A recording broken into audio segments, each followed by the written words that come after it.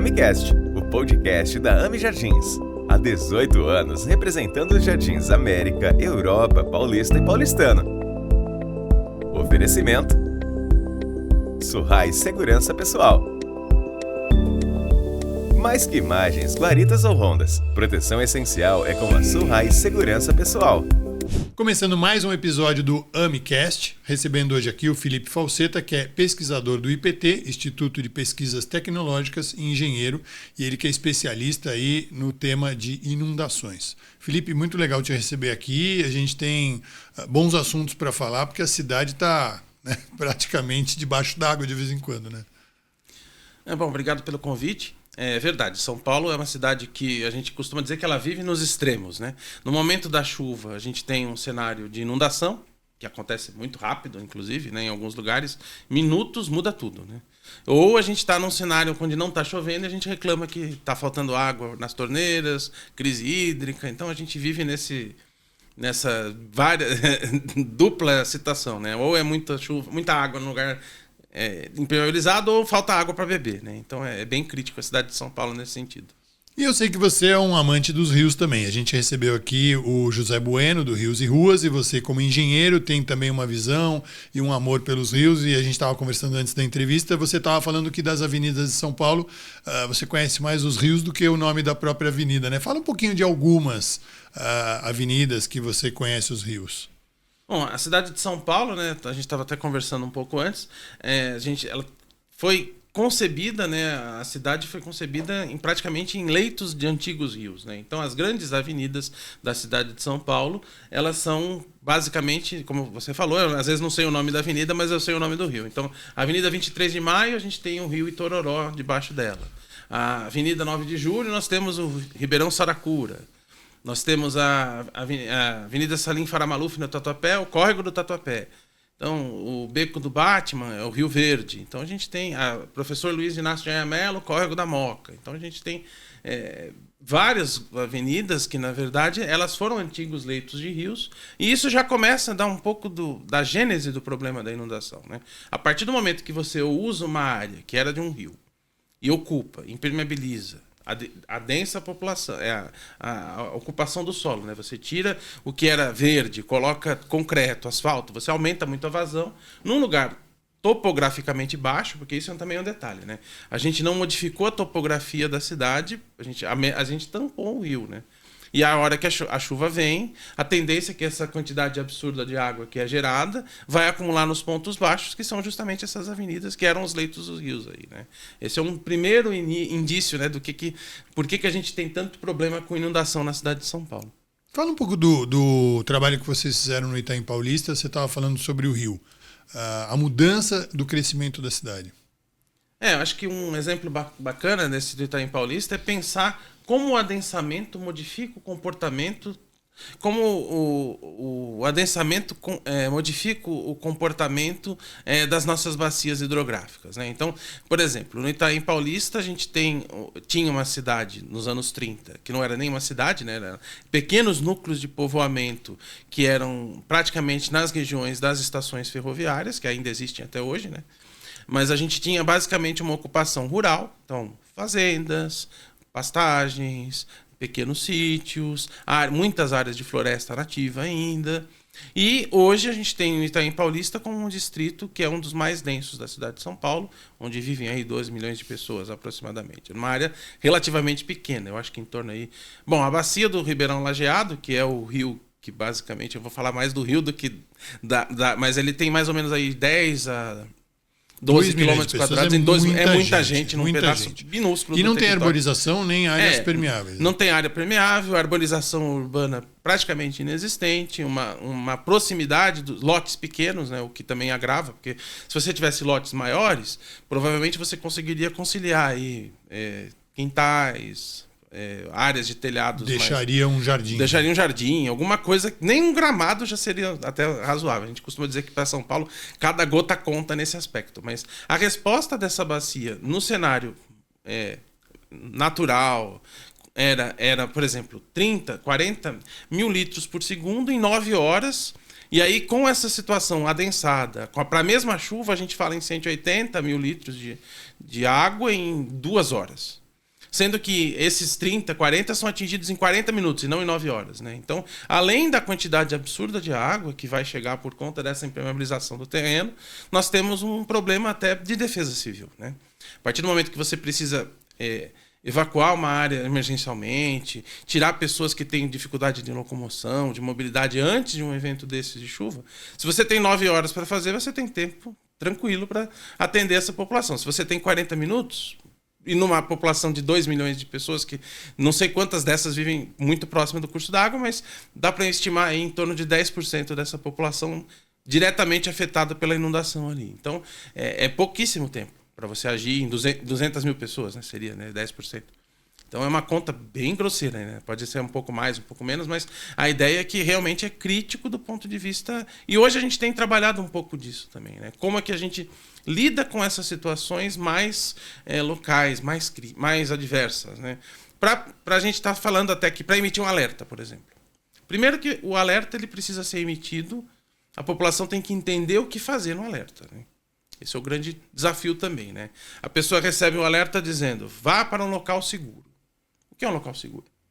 Ela precisa ter a consciência de que, eu estou no local seguro. Não, eu estou numa área de risco. Se a pessoa tem essa consciência, estou numa área de risco, ela precisa ter um tempo hábil para ser atendida, se ela precisar de alguma ajuda, alguma coisa assim, né? Como é que se faz isso em 40 minutos? Não dá. Então a gente tem pensado que hoje, para essas bacias mais impermeáveis, mais críticas, com uma população muito grande, só a previsão do tempo é a mais acurada, né? A gente precisa melhorar isso, né? Vai chover onde, em qual a intensidade, quais serão os bairros mais atingidos. É o único jeito que a gente pode antecipar esse alerta. E aí tem aquele detalhe, né? Você emitir um alerta sem chuva, mais um desafio cultural, né? A pessoa vai falar, por que eu preciso sair daqui? Nem está chovendo, gente. Ela tem que entender que aquele alerta é realmente para a vida dela e ela está recebendo o alerta porque a chuva vai chegar. Se você enviar um alerta falso 2, 3 vezes, na próxima ele já não vai acreditar. A gente fala do efeito Pedro Lobo, né? Aquela história do menino, do lobo, das ovelhas, né? Esse é o grande desafio, né? Se você começar a emitir alertas de forma insistente, que não resultam em nenhum tipo de fenômeno, basta 2, 3 que já é suficiente para você desacreditar todo um sistema, né? Então, é por isso que o trabalho é cultural, né? Muitas vezes. Essa previsão acontece em quanto tempo, Felipe? Hoje quanto tempo é possível mandar um alerta? Em quanto tempo você tem mais ou menos uma certeza que vai acontecer uma inundação? A inundação hoje ela é feita muito no sentido de acumulado de chuva já que acontecendo. Então, de 5 em 5 minutos sai um dado de chuva do radar, né?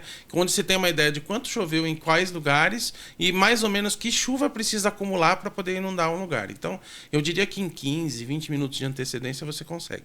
Mas o que precisaria se avançar, né, que ainda não é possível, a gente sabe onde está a nuvem de chuva. Então, porque o radar ele não mede chuva, né? O radar ele mostra a chuva na nuvem, não a chuva no solo. Então a chuva pode eventualmente mudar a direção do vento e aquela chuva que ia para, sei lá, para o Itaim, ela cai na Penha, em Guaianazes. E esse é o desafio, né? Isso pode mudar rapidamente, em 10 minutos. E considerando a dinâmica do escoamento da cidade de São Paulo, aí não é nem o Lajeado, nem o Itaim Paulista, a cidade inteira está super impermeabilizada. Então a resposta das bacias nossas, todas elas são rápidas e todas elas muita água. Então 15 minutos é muito tempo, pode mudar muita coisa, né? De repente um alerta que ia ser emitido para o Itaim acaba sendo emitido para a região de Itaquera, por exemplo, que é próxima, mas... Aí no Itaim que não teve nada, entendeu? Pode acontecer uma coisa assim, nesse sentido. O que a gente tem aprendido aqui no AmiCast, com nossos convidados, nós herdamos uma cidade, né? Seja ela com as árvores, que eram de um jeito hoje, são menos árvores, e o fato da gente ter enterrado os nossos rios, tamponamento em vários deles, né? Numa época lá para trás, a gente está pagando um preço muito grande. E a gente ouve muito falar de piscinão. Há muitos anos, eu acho que antes da AMI existir, eu já trabalhava como voluntário na preservação do bairro e tal, a gente tinha um piscinão a ser feito ali na Praça Portugal, era o 9º em termos de prioridade, de 24. Eu voltei na CIURB, Secretaria de Infraestrutura Urbana, e falei, olha, é verdade que tem um piscinão aqui, que é o 9º tal, e de 24, eu falei assim, o seu é o 25º, né? Eu falei, mas como de 9º foi para o 25º depois de tantos anos, né? É porque cresceu o número de piscinões necessários na cidade, né? Então, esse é o preço que a gente está pagando. Minha pergunta é, o piscinão não seria a solução ideal, mas hoje, diante da cidade que a gente herdou, é a solução. Os piscinões, eu acho... Na verdade, foi uma grande mudança de paradigma, né? Então, até vamos dizer assim, eu vou contar um pouco de história que eu acho que fica legal para até entender por que a gente está com essa dos piscinões. Chegamos até aqui. Como chegamos até aqui, né? Eu diria que até os anos 80, mais ou menos, meados dos anos 80, quase começo dos anos 90, a técnica de drenagem mais comum de se usar em São Paulo era acelerar o escoamento e esconder o rio embaixo de uma avenida ou, eventualmente, só colocar ele num canal de concreto para que, de modo que a gente mandasse essa água o mais longe, a gente fala jusante, né? O ponto mais distante daquele crítico possível, né? Isso era uma prática recorrente de drenagem. Só que o problema é que o jusante, ou seja, o longe, também foi encontrar cidade. Numa cidade super adensada como São Paulo, por mais longe que você corra, você vai cair numa área impermeabilizada, numa área urbanizada de novo. Não tem saída, né, no final das contas. E essa foi uma técnica recorrente utilizada que provou-se, né? Imagina vários lajeados, né? Vários ribeirões lajeados acumulando água e acelerando o escoamento, grande quantidade de água em pontos que começaram a ficar críticos muito rápido, né? Então, acho que aí eu vou trazer um pouco da ideia do piscinão, né? Começamos a pensar que talvez as bacias hidrográficas, do jeito que elas foram feitas, entre aspas, por Deus, naturalmente, né? Elas tinham uma resposta melhor para as inundações. Então, começamos a pensar, puxa, o que a gente pode fazer para que as nossas bacias voltem até aquela condição de responder melhor, a gente fala amortecer, né? Reduzir esse pico de vazão de forma natural. Com armazenamento. E aí os piscinões, como a gente tem como solução de drenagem, eles foram surgir nos meados dos anos 90 com o piscinão do Pacaembu. Foi a primeira grande obra que mudou um paradigma. A partir do momento que a gente fala, não vamos mais acelerar o escoamento, não vamos mais fazer canais de concreto, nós vamos, a partir de agora, construir grandes reservatórios para conter essa cheia e garantir que lá na frente a vazão que chega não passe uma capacidade de uma galeria, de uma drenagem grande, alguma coisa assim. Então, o piscinão do Pacaembu foi um grande marco aí da drenagem de São Paulo. E eu diria que até hoje ele é um grande marco, no sentido de que ele foi feito... muita gente nem sabe que embaixo da Praça Charles Miller, né, do Pacaembu, tem um piscinão. Então, quer dizer, a obra de drenagem por si não aparece, né? Ela é uma obra que está ali embaixo de um elemento, um logradouro público, né? E ela conseguiu resolver o problema das inundações de forma bastante eficaz. Tanto que a gente não sabe, não houve mais nenhum relato, né, de inundação na bacia do Pacaembu. Para quem não sabe, ali a Avenida Pacaembu, a Avenida Sumaré tem um pouco, mas principalmente a Avenida Pacaembu não tem mais. Na frente do estádio era um lugar extremamente crítico. E aí essa mudança de paradigma foi interessante. Então, se não trouxe esse alívio que a cidade de São Paulo precisava. E de lá para cá, acho que perto de 100 piscinões já foram executados em várias bacias da cidade. E nós temos situações diferentes, né? Nós temos o piscinão do Pacaembu, que foi construído por debaixo de um logradouro, mas nós temos vários piscinões a céu aberto. E os piscinões, eles acabam ficando numa situação complicada, né? Quando você fala num piscinão a céu aberto, é um ponto para lançamento de lixo, vetores, enfim. Ninguém quer ter um piscinão como vizinho. É um efeito negativo, aí, inclusive para a valorização imobiliária, aliás, desvalorização imobiliária. Né? Então, a gente não consegue viver mais sem eles. A verdade é essa. A cidade de São Paulo, do jeito que ela foi desenhada hoje, os piscinões são essenciais para garantir essa segurança que a gente tanto almeja para inundações. Né? O melhor dos mundos, né? Conciliar o piscinão, que a gente chama hoje, no meio técnico, de infraestrutura cinza por conta do concreto, né? Conciliar os piscinões com jardins de chuva, telhados verdes, biovaletas, que são o que a gente chama de infraestrutura verde. Né? Se a gente concilia os dois mundos, a gente melhora a qualidade da água, e aí a gente pode trabalhar com piscinões como a gente tem... Não pense que é uma coisa só brasileira, tá? A gente tem reservatórios de reservação e acumulação de água em outros países, em que, na verdade, eles funcionam como áreas de lazer. Então você tem uma quadra, que ela vai ser, num período seco, vai ser utilizada para lazer para a população, e aquele lugar ele serve como uma área de inundação criada ali para poder amortecer. Um reservatório a céu aberto. E aí você... E a sujeira? Então, na Europa, onde é mais comum, a sujeira não é um problema tão sério. A gente não tem lançamento de lixo nos cursos d'água. Porque a água qualidade... em si ela não é suja. O que A é água sujo não é suja, exato. São os detritos que são jogados lá dentro. A gente tem o que tem de contaminação ou sujeira nesses locais? O sedimento é muito sujo. Então, sedimento eu falo areias, solo, enfim. Então, entulho que se joga, tudo vai para o curso da água e de algum jeito ou de outro isso não está muito limpo. Porque imagina, um sedimento que passa por óleos, graxas, pneu, fragmento de pneu, né, nas ruas, combustível, isso tudo contamina ali o sedimento. Isso polui, fora a questão esgoto, lançamento de entulho, lixo que as pessoas jogam, isso contamina a água, né? Nesses lugares mais desenvolvidos, isso já não é um problema, né? A gente tem uma água mais limpa, a cultura da população é um pouco diferente em relação aos rios, né? Eu estava até comentando mais cedo, né, que nós ficamos inimigos dos rios. A gente precisa mudar essa relação, né? Então, a infraestrutura verde ela vem ajudar isso, porque ela mostra que é possível trabalhar com pequenas vazões, inundações menores elas contêm, e elas também ajudam na depuração aí desses poluentes e melhora bastante, sensivelmente a gente consegue usar uma área de lazer aí se a gente tiver essa limpeza, essa qualidade da água melhor, né? Algo que não se conseguiu fazer, né, por enquanto. Levando em consideração que a gente não é a Europa, não tem esse comportamento, né, de não poluir, não sujar as águas e os rios, o melhor piscinão é o tamponado, é o fechado. Por exemplo, você deu o exemplo do Pacaembu, ninguém sabe que tem ali um piscinão. Ou seja, ele não trouxe toda aquela sujeira e tal. É o melhor modelo? Na verdade ele não trouxe essa sujeira visível, né, vou dizer assim, né? Tá lá, né? Ele ainda eles são muito caros, né? Os piscinões a gente costuma dizer que eles podem custar X para serem executados, que não é uma obra barata, né? Você tem que ter um movimento de terra e a cada ano você paga mais X para poder manter ele limpo, livre desse lodo, desse sedimento, que também não pode ser despejado em qualquer lugar. Você precisa tirar esse material e jogar num aterro preparado para receber resíduo contaminado, enfim. Então, é muito difícil. O melhor, no ponto de vista urbanístico, é o enterrado, porque, afinal das contas, você evita o lançamento de lixo direto no piscinão, e também porque ele não gera todo aquele transtorno visual, né? Que é você ter um piscinão no vizinho da sua casa, né? Só que tem um problema também, né? Hoje a gente tem ouvido muitos relatos de que querem fazer piscinões tamponados e tirar praças que estão na parte de cima para fazer as obras, né? Não, aí não, né? Aí não adianta. Você está tirando um componente que vai ajudar a reter a água, né? E falar que a compensação é plantar árvore de novo é relativo, porque uma árvore que tem lá seus 50, 100 anos, até ela chegar a ter a capacidade de reter água de novo, vão ser muitos anos, né? Não existe esse negócio de tirar a árvore daqui, movê-la aqui, depois eu coloco ela de volta, né? Não dá.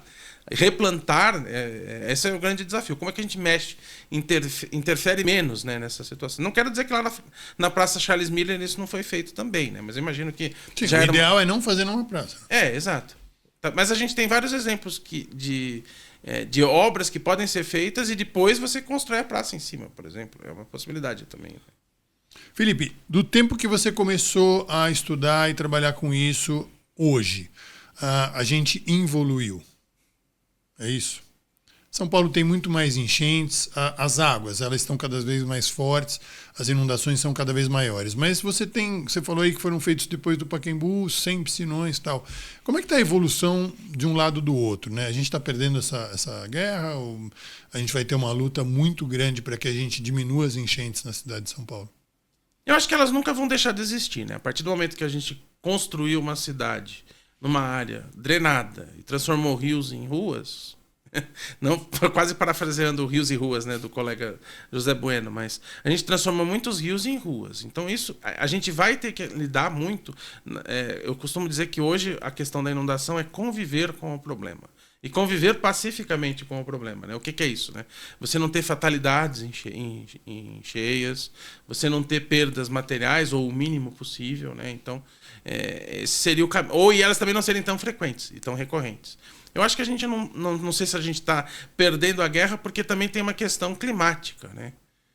Hoje a gente tem um cenário onde os extremos climáticos são uma realidade. Então chove-se muito mais em cada vez menos tempo e cada vez mais desafiador, né? Então, às vezes, em 20 minutos, a quantidade de água que chega numa área aqui da cidade de São Paulo não tem a obra de drenagem. Elas têm uma capacidade limite, um dimensionamento que depende mesmo do quanto que você vai querer colocar de recurso para poder resolver o problema, né? Então a questão climática é mais grave, torna talvez uma situação que a gente melhorou em muitos aspectos. Eu não vou dizer que a gente parou de tamponar rio, porque isso continua acontecendo. Então eu falo que é uma obra que não funciona, que canaliza. A gente martelou o tempo inteiro que isso funcionava lá atrás, né? E fazer isso parar de acontecer ainda é uma realidade distante. Eu diria que a gente ainda forma profissionais da engenharia sem a visão urbanística, sem a consequência do que está sendo feito numa área, num ponto, né? A gente não olha para um todo. Isso é um grande desafio, né? E aí a gente tem obras de drenagem acontecendo no ABC, por exemplo, inauguraram o Caçaquera, que é um canal de drenagem numa avenida. Isso no ano passado, retrasado. Então, quer dizer, a gente continua fazendo isso. Então, eu acho que a gente tem ainda que avançar nesse aspecto. E eu acho que o avanço vem um pouco nessa questão da convivência pacífica com as inundações, a melhoria da qualidade da água, porque isso é essencial, né, para a gente garantir que essa convivência seja pacífica, porque afinal das contas ninguém quer lixo na porta de casa, ninguém quer esgoto na porta de casa, os vetores, enfim. Se a gente tivesse uma água de mais qualidade, é aquele momento que passa a água, ela não vai deixar nenhum vestígio, né, de que ela passou, né? Então a gente vai ter um benefício no sentido de melhorar essa qualidade da água e acabar sendo mais pacífico nosso convívio. Sem contar que a gente tem um problema também dos extremos opostos, né? Uma cidade em cabeceira de drenagem, uma das mais densamente ocupada, a cabeceira de drenagem mais densamente ocupada do planeta. Num cenário de pouca chuva, fatalmente a gente está sempre no limiar ali de ter um problema de abastecimento de água, não tem como. A gente já usa água de várias bacias do nosso entorno, a gente já está, de alguma forma ou de outra, usando água que seria para abastecer a cidade de Campinas, a região de Sorocaba, Rio de Janeiro. Então a gente já está usando água de bacias vizinhas, né? Então se a gente melhorar a qualidade da água, tem esse benefício também, né?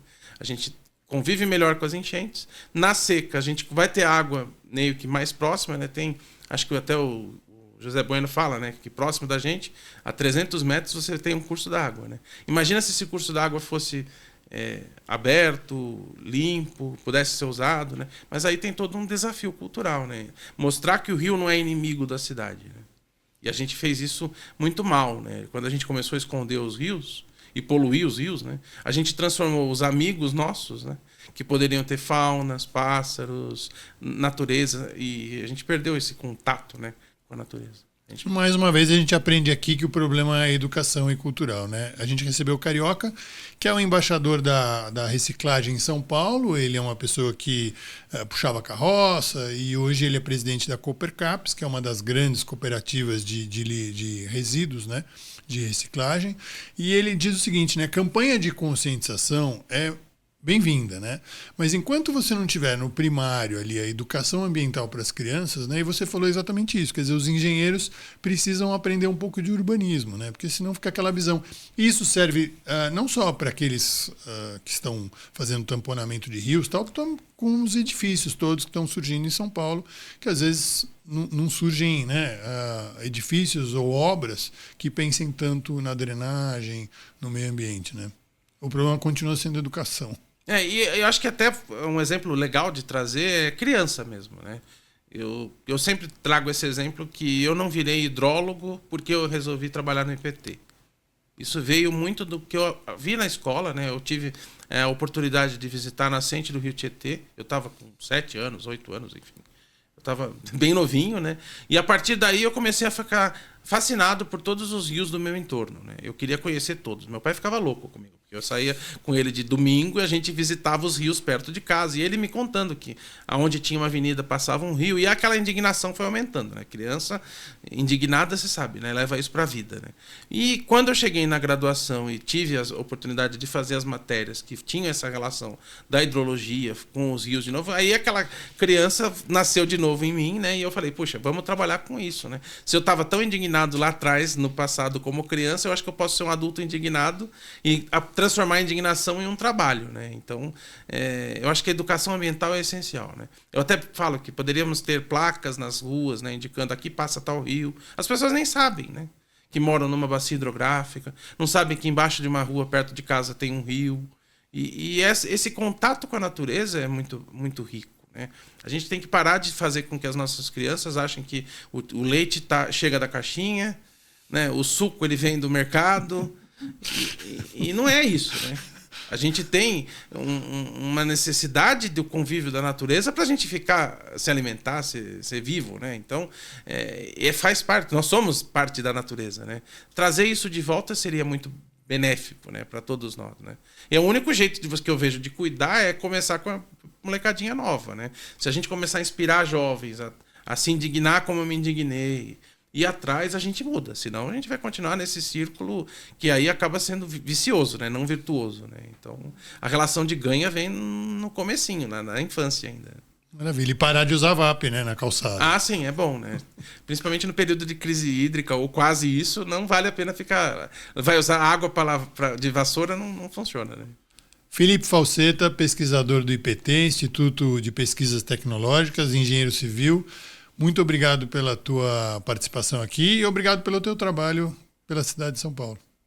Agradeço o convite mais uma vez e aí, vamos juntos aí tentar inspirar aí as novas gerações a lidar com os rios e lidar com as águas e a natureza de um jeito melhor.